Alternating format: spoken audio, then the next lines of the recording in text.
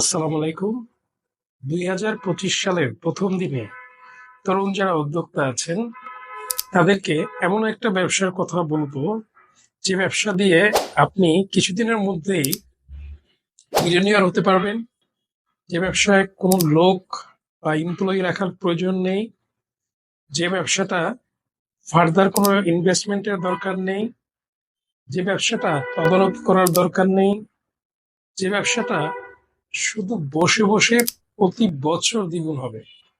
ধরুন, আপনি একটা ব্যবসায় ইনভেস্ট করেছেন এই বছর 10 লক্ষ টাকা। এটা দ্বিতীয় বছরে গিয়ে হবে 20 লক্ষ টাকা, আবার তৃতীয় বছরে গিয়ে হবে 40 লক্ষ টাকা, চতুর্থ বছরে গিয়ে হবে গিয়ে 80 লাখ টাকা।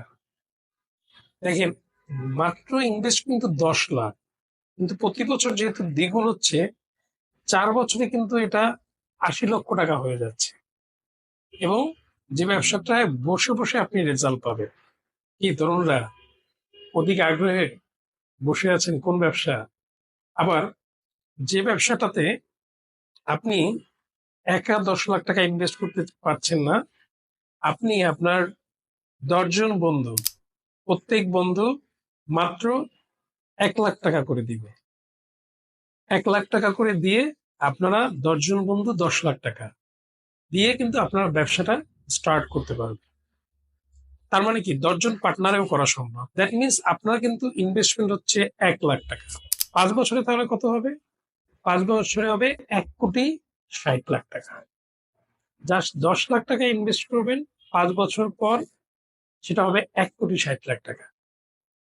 ব্যবসাটা খুব সহজ।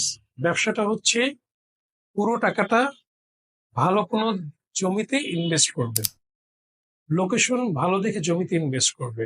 যদি ঢাকার শহরে হয় তাহলে অবশ্যই হাউজিং এ ইনভেস্ট করবে।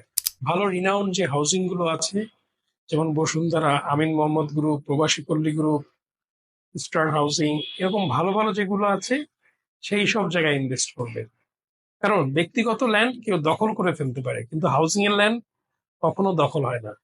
এই জন্য বছরের প্রথম দিন একটা ব্যবসার আইডিয়া দিলাম, যে ব্যবসাটা নিশ্চিন্তে এই সময়ে থাকে, এবং যেই ব্যবসাটা আসলে এক্সপায়ার ডেট নেই, এবং যেই ব্যবসাটা সারা জীবন প্যাসিভ ইনকাম দিবে এবং আপনাকে লাভবান করবে। সুতরাং তরুণরা, আপনাদের 2025 সালে স্মার্ট ইনভেস্টমেন্ট যদি করতে চান, তাহলে একমাত্র সেফলি সিকিউর ভাবে জমিতে ইনভেস্ট করতে পারে। ভালো থাকবেন সবাই, 5 ওয়াক্ত নামাজ পড়বেন এবং সর্বাবস্থায় আল্লাহর হুকুম মেনে চলবেন। নতুন বছর আইডিয়াটা কেমন লাগলো অবশ্যই কমেন্ট বক্সে জানাবেন। আসসালামু আলাইকুম।